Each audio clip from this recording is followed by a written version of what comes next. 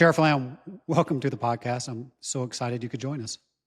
Well, thanks, Mike, for having me on. Honestly, I have been very excited. I do a lot of podcasts, but I've known you for a long time, so I was very excited to jump on this podcast with you. Wow, that means a lot coming from you. Now, I think you know the format. I'll pick a few articles that was from the weekly briefing, which is my Substack, goes out to thousands of police leaders across the country. And as a former sheriff, Pinal County, former police officer, which, by the way, I was brushing up on your biography. I didn't know that you started as a police officer in Salt River, Pima, Maricopa Indian Reservation. You were the Rookie of the Year, which is impressive. But then you were also Police Officer of the Year and Detective of the Year. That is quite impressive. Well, thank you. And that was consecutive years, too. So first year, second year, third year. So thank you. Yep, yep. All right, I'll start the article. I'll read the headline and a few facts, and I'll just, again, as a law enforcement professional, just want to hear your perspective on this. So, Article 1, it is out of Fox 5 San Diego, and a few other outlets have covered this as well. It's out a few days ago. Headline, cartels flew drones 60,000 times along the U.S. border in 6 months. So cartels launched 60,000 drones along the U.S. Mexico border in just 6 months of last year. That's about 328 drone flights per day. And that is more than 27,000 different aircraft. So it wasn't the same drones repeating themselves. It's 27,000 different aircraft. And of course, they're used to drop drugs, track the border patrol, as the article points out, and guide migrant crossings over the border. And they often fly at night and above legal limits, as we know it here in the U.S. In Mexico, tragically, we know this, as the article points out, cartels have already killed soldiers with drones that were packed with explosives.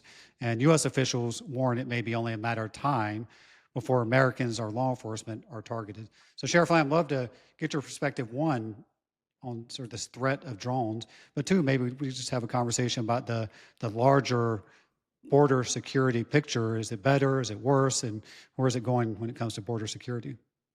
Well, Mike, let me start with the first question. For a long time, I've been a voice for border security. I've done countless interviews, especially over the last 4 years. I've really worked hard to try to keep people up to speed with what was going on down at the southern border. And drones became an increasingly more hot topic, more important topic that I had to address. The fact that we had 27,000 different drones, 60,000 flights with drones or interactions with drones in a 6 month span. That's 10,000 a month. Now, I'm not surprised in one sense. I'm not surprised because the cartels want to make sure that their product is delivered. And the way they do that is they use drones to drop it, like you said, or they're using drones to make sure that the humans are crossing over at the border at the right time.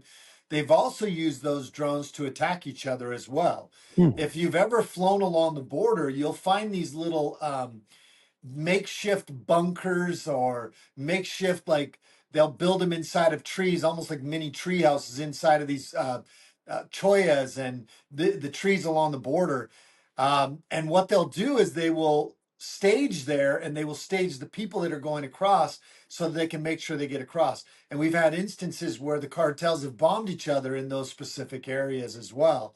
And then, right at the end of the year, beginning of this year, we also had a report that came out of Border Patrol saying that they had intel that the cartels were now putting on a green light for the cartels to use those drones and weaponized drones against our Border Patrol and law enforcement. So this has been a major concern for a long time.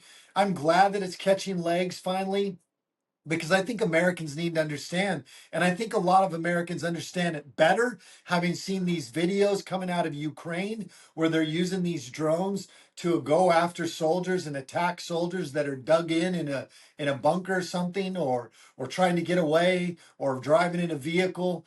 These drones are very capable, and now Americans have seen how capable and how dangerous they can be if you weaponize them. Now we're seeing that at the border. I think Americans should be concerned about it. And yeah, for sure. And like, I mean, we're going to learn from the battlefield that nothing drives innovation faster than a war when you're killing people or trying to prevent your soldiers from getting killed. And we've seen the innovations coming out, both drone and counter drone come out of Ukraine. It does seem like it's a matter of time. It's probably already happening. But a matter of time for something really bad happens on the border with these drones. And when it comes to border security, obviously, as you mentioned in the beginning, you've been a passionate advocate for border security. I think the numbers don't lie. Border security has improved. Just love to get your comment about where you think border security is today versus where it's been, and then maybe some things, areas where you think it can continue to improve as we go forward. I don't think I can underscore enough just how big of a disaster it was at the border for the last 4 years. And I'm not trying to dive in politically. I'm just saying over the last 4 years, it was a major problem. We had tens, several thousand, and oftentimes over 10,000 people coming into this country every day. Then we had an untold amount of gotaways that we just really don't even know the true number. The government says about 11 million over the last 4 years. I think that number, based on my experience, is probably around 15 million people that came into this country. Now, a lot of these were military age men. And when I try to make people understand, it wasn't just coming from Mexico. It wasn't just Guatemala. They were coming from all over the world, nearly 165, 170 countries represented in that group of people. They were coming from Sudan, from Mauritania. They were coming from different countries in Africa, like those. They were coming from Central, and South America. They were coming from Ukraine, Russia, Afghanistan, Uzbekistan, Iraq, Iran. They were coming from all over the world, and they came in all different shapes and colors and sizes. And but a lot of them were military age men. The other piece that came along with that was an increased amount of drug trafficking, and we saw that play out in the numbers of fentanyl poisonings in this country. Fentanyl quickly became the leading cause of death in America amongst the ages of 18 to 45 years old. That's a major problem. Plus, we had all these women and children that were being trafficked into this country. The one thing that the cartels understand is that drugs have a value that expires the second you take those drugs. People have a value that continues to pay out day after day, year after year. And these women and children have been trafficked into this country. Just recently, there was a testimony in Congress about all these children, and we've heard in numbers as high as 300,000 plus of these unaccompanied minors were never heard from again. They were oftentimes turned back over and put back into the hands of the very same cartels that trafficked them in the first place. Many of them ended up in the hard labor or in the sex trade. But we heard a recent number. There was a phone number set up for those kids that came into this country illegally, unaccompanied minors, and then they were passed off. They would give them a phone number and say, if you have a problem with the person that we're placing you with, call this number. Wow. There was 65,000 calls that came into that number, which one person was manning that number. 65,000 calls went unanswered, Mike. 65,000 children said, I need help. This mentor is not taking care of me. And 65,000 of those calls to our government went unanswered. So That's those are the incredible. problems. Those are just a real quick encapsulation of what we were dealing with. And like I said at the beginning, I don't think you can underscore it enough. Before you tell me where we are today, which I sort of know, and maybe, but just one thing I will say, like, and I've known you for a while, like, and as you said, like, not injecting politics into this. One thing I've always appreciated about you is you're passionate and you're earnest, and you're down. You saw it with your own eyes. Your deputies saw it with their own eyes, and they encountered these things. And your fellow sheriffs here along the border, that a lot of what you would hear were folks that just didn't see it, didn't feel it, didn't understand the damage that was being done to, as you said, women and children, not counting the military age men and all that other stuff. Like you were seeing it, feeling it, hearing it, touching it. And that's what would drive me crazy about the political debate are folks who, unlike yourself, who just didn't understand it, but you did because in a sense, you lived it as a sheriff. Yeah, and thank you for that because I had to deliver the hard message. So people took that and said he's political. No, I was trying to tell people the truth. Did I take my knocks at the people in charge politically? Yes, I did. But at the same time, it was above and beyond the political piece. It depended on where you gathered your news from. If you were gathering your news from a certain channels, you were not hearing about what was going on at the border. And maybe other channels were telling you, trying to fearmonger you. What I was trying to do was tell people the reality of it. And then you could digest it and process it however you wanted. And that's what I tried to be over the last 4 years. Some people took it better than others. But I think when people would sit down with me and listen to me and understand my passion, I would share stories and real hard firsthand experience, they would start to begin to process some of what I was telling them. And we could kind of bridge the gap of the political divide that our politicians drove in between us as Americans. And so thanks for recognizing that because it was not an easy task No, I'm sure to try to you be took a lot of the knocks. deliverer of the bad news. Like reach out and pull the dagger out from your back sometimes. And did you expect? And there's always a lot more work that needs to be done, for sure, in all these problems and challenges that law enforcement, state, local, federal deal with. But did you imagine in this short period of time that we would see the turnaround at the border that we have?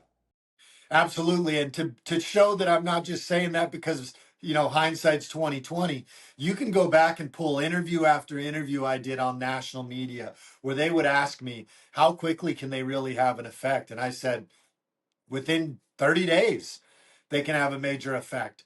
What needed to happen was the messaging and the actions needed to match up at the border. And we saw that immediately. We actually started seeing it before this administration took over. We even saw it under the Biden administration where they made some adjustments in the last 6 months, and we did see it start to curb a little bit. So that already went to what we would say that, hey, it's a matter of really just changing your narrative and how you enforce it that makes the difference. I didn't think we needed new laws. I was not for the law that they tried to pass. I thought it was a bad law and I thought it would codify a lot of bad behavior. And so I was glad to see that it did happen so quickly. I thought it could, based on my experience from the first Trump administration to now. I knew that they could have a very quick impact. And having been on the border and experiencing it, I knew that if they made certain changes, which they did immediately, that it would have an immediate impact. So I was happy to see it. I was also not surprised that that was happening so fast. Obviously, more work to be done. Like, what would you see? What do you see as like the enhancements that need to continue to happen to secure our border, our southern border and our northern border, quite frankly? Look, however people feel about the one big beautiful bill, anytime you pass a bill like that, there's things that you hate, there's things that you love. But I want to just talk to the border piece of it. There Hmm. was it was very robust, a lot of money allocated for a lot of different pieces.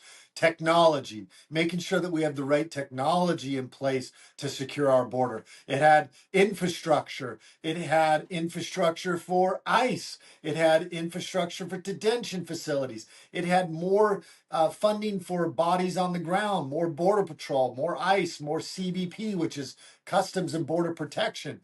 So these are all pieces that were put in play with the one big beautiful bill, which will have a very solid impact on it.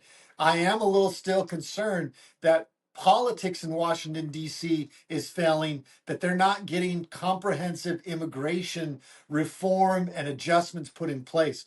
Whether it's how do you remove somebody from this country? They can define that very easily in Congress and then through Senate with legislation, or they can change and work the legislation to make it to where it's for those who want to come here legally into this country that it's a much simpler process than what it already is. So there's still a lot of work that needs to be done Hmm. on the political side. I think passing the bill freed up some of the financial piece of it. I think continuing to let Border Patrol do their job. They're very capable men and women, and they do a very good job.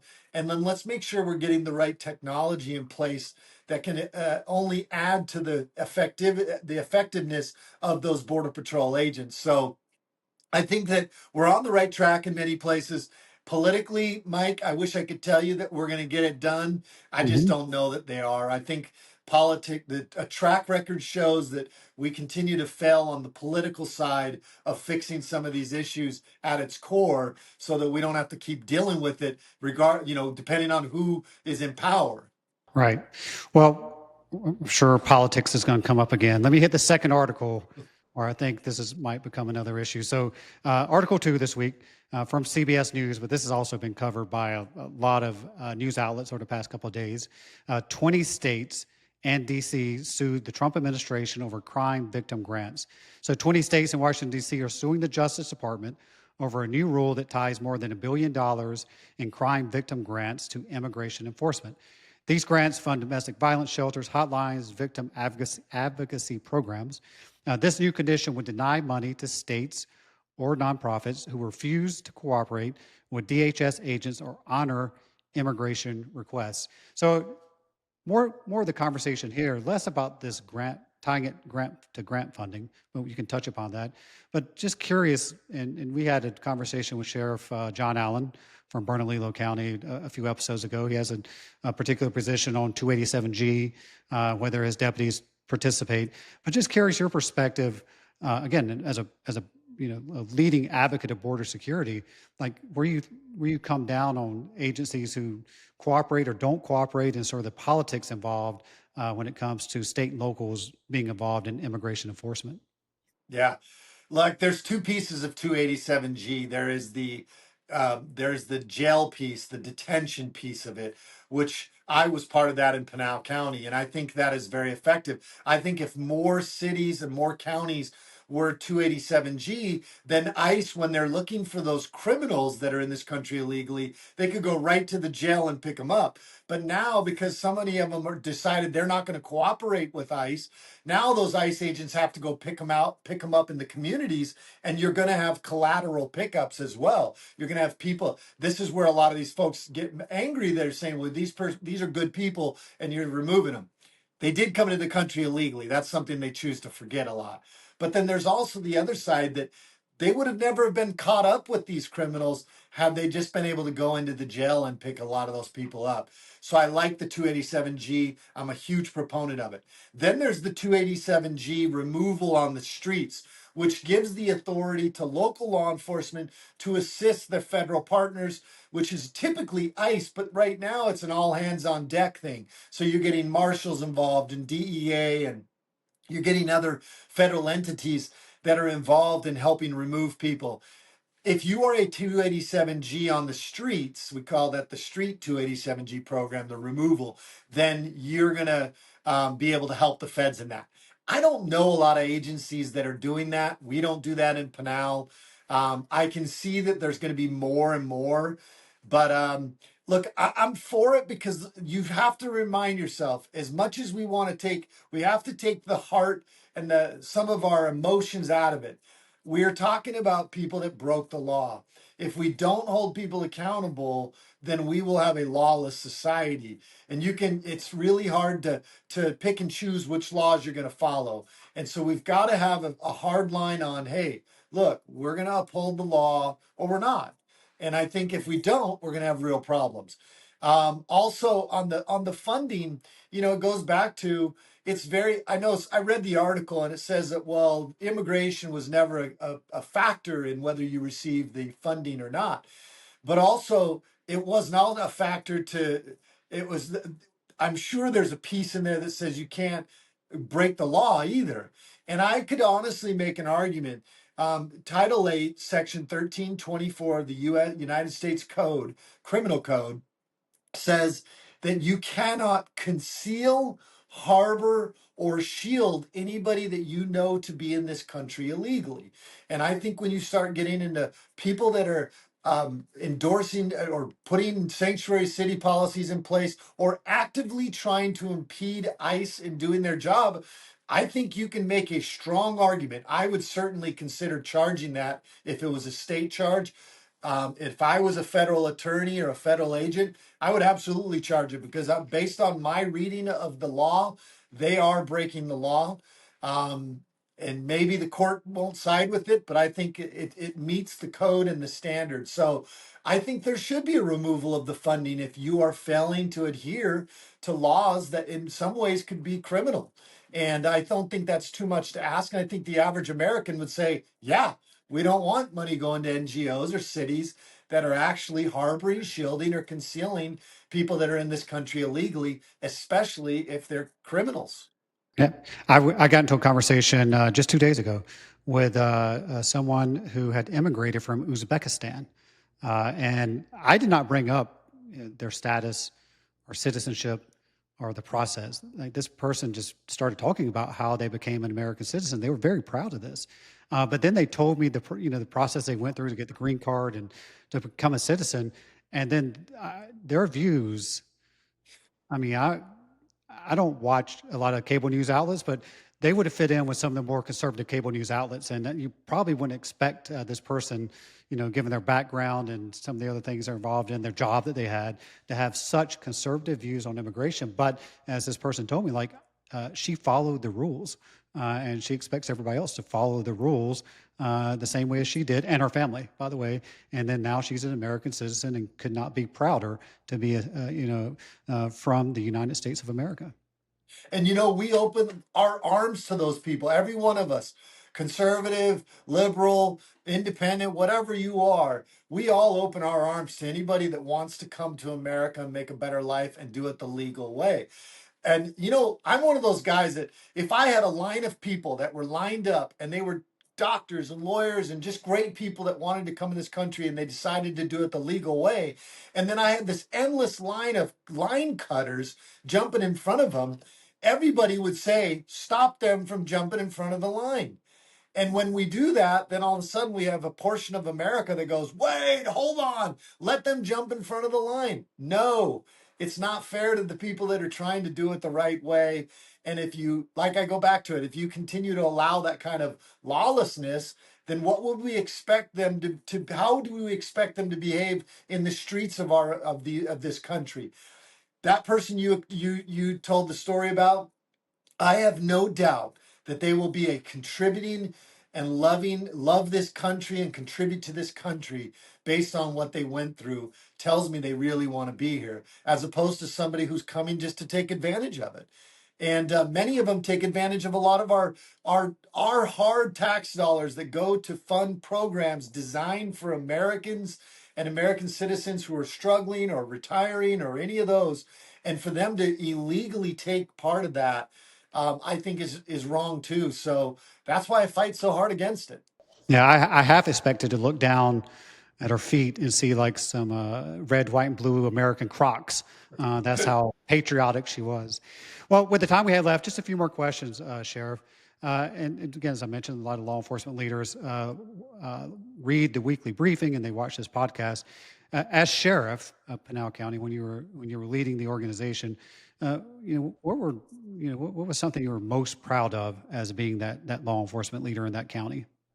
Well, we did a lot of great things, Mike. In the jail, we did our Humvee program, which is our housing unit for military veterans who found themselves in the judicial system, and we tried to help them and give them the assistance they needed. We did tattoo removal programs for the women, especially that had been trafficked and they had tattoos from their pimps. We did a lot of different programs in the jail that I was very proud of. We did a lot of work. We reduced our crime index every year that I was sheriff in Pinal County. I was very proud of that. I was proud of the fact that we put ourselves on the map nationally, where we're the number 2 agency for Facebook followers in the country, only behind the FBI. And we're probably number 1 for YouTube followers in this country for showcasing the good work that our men and women do. We did a lot of great things, but I think what I was most proud of, Mike, is the work we did with our youth. I started something called the Youth Redirection Program. And without going into all the details, because we can save that for another show, basically we took youth and instead of running them through that judicial process, I got my hands on them as a sheriff, and we changed their trajectory, and we did it through positive influence. We did it through building them up. We did it through teaching them how to set goals. We had classes on career night. We educated them on drugs and the different things, the dangers of those things, the dangers of online stuff. We had them do community service through horse therapy. Through that program, we had over 200 kids go through it, and we had less than 5 reoffend. Wow. Now, maybe some might say, well, it's only 200 kids. Well, guess what? We affected the trajectory of 200 kids' lives in a positive way. And I think we did it in a way that benefited society. We reduced the burden and the cost on the community and the county. And we helped those parents who were struggling, and we helped those kids. And that was probably what I was most proud of as a sheriff. And that's why I love you, Sheriff Lamb. I mean, the work with veterans, the work with women and who are incarcerated, and the work with youth, you are the real deal in trying to help people, whether it's on the border or whether it's someone who finds themselves in jail, trying to help them turn their lives around. Fear not, do right. That is your mantra. You write about in your book, The American Sheriff, which, by the way, you can go to Mark's website, sherifflamb.com, for the American Sheriff. That's a book he wrote a couple of years ago, and all his other publications. But tell me about Fear Not, Do Right. Yeah, and thanks, Mike, for promoting that too, which you can get on Amazon, by the way. Um, we had to originally write those books because my son had got into an incident where he was kind of into the drugs and hit a guy on a bike. And some people know the story, some don't. But ultimately, my wife and we don't have an LO. I lived on a sheriff's salary. And so we wrote books to help pay for the legal expenses and to help pay for the damage my son caused to the guy he hit on the bike. And so that's the what started it. And the fear not do right was something we brought in on day one. It's something I've believed in for a long time. I actually own a company called Fear Not Do Right that I gave to my son who served in the military. But fear not do right is exactly that. If you, as complicated as the world is with not knowing with where truth is anymore, and whether the video you're seeing online is real or AI, any of those things, in the end, if you can simplify a problem, your chances of solving the problem are a lot higher. And my way of simplifying problems, especially complex political, moral problems, is to say, I'm just going to do what I think is right. I'm going to do what is right in God's eyes. I'm going to do what is right in my eyes, my family's eyes. I want to be proud of my decisions I make, regardless of how hard it is. The true test of honor is being able to do what is right. Well, the word honor is doing what is right no matter what the consequence is. And the way I do that is with the mantra, fear not, do right. We instilled it in our agency. We told our people, look, follow the law, but in the end, do what is right. That is how you know you'll always be on the right path. And so it's helped me, especially if I'm not the smartest guy out there. I use that mantra to help me, especially when it comes to tough, very unpopular positions you have to take sometimes as a leader. You've got to fear not, do right. Love it. Love it. And tell me about what is 10-7? So 10-7, you see behind me here, that's a Yep. new business I just started with my kids, and I just launched this book. I'm gonna try to get it to where the light is not in it.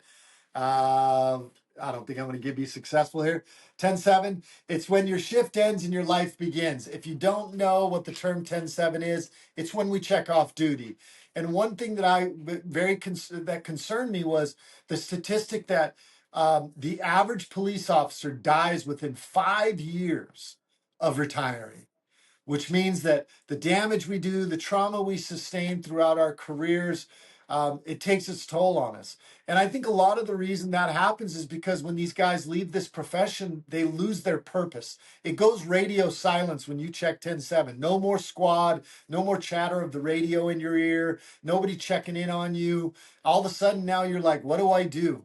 And so what we're doing with 10-7 Consulting, and the website is go107, GOTEN7.com.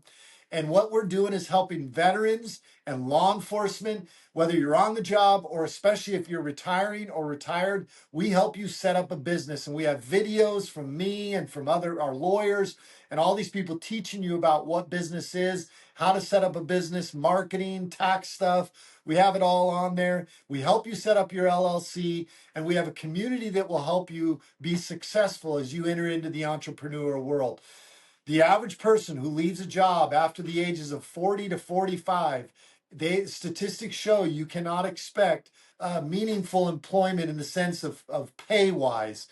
Some people are lucky. Most of us, you're beyond that age where they're hiring young people. So the best thing to do is be the master of your fate, take control of it, build your own business. Don't wait till you retire. Start now. And we help people do that. And so please, if you're a veteran law enforcement, we also take anybody who's not. If you are not in law enforcement or veteran, but you want to start a business, we will help you as well. Go to 107.com, go107.com, or 107consulting.com. Now, before I ask you the last question, I will say, if you love Sheriff Mark Lamb and you think he's authentic and he says what he means and he's all about helping people, whether it's in terms of border security or in his jail when he was a sheriff in Pinal County or what he's doing today, this 10-7 venture, you will also love his wife. I just have to give a plug. She is a wonderful person. And I'm not saying she's behind the scenes. I'm sure she stands shoulder to shoulder with you in all these ventures. I've met her many times, and she is just a absolutely wonderful person.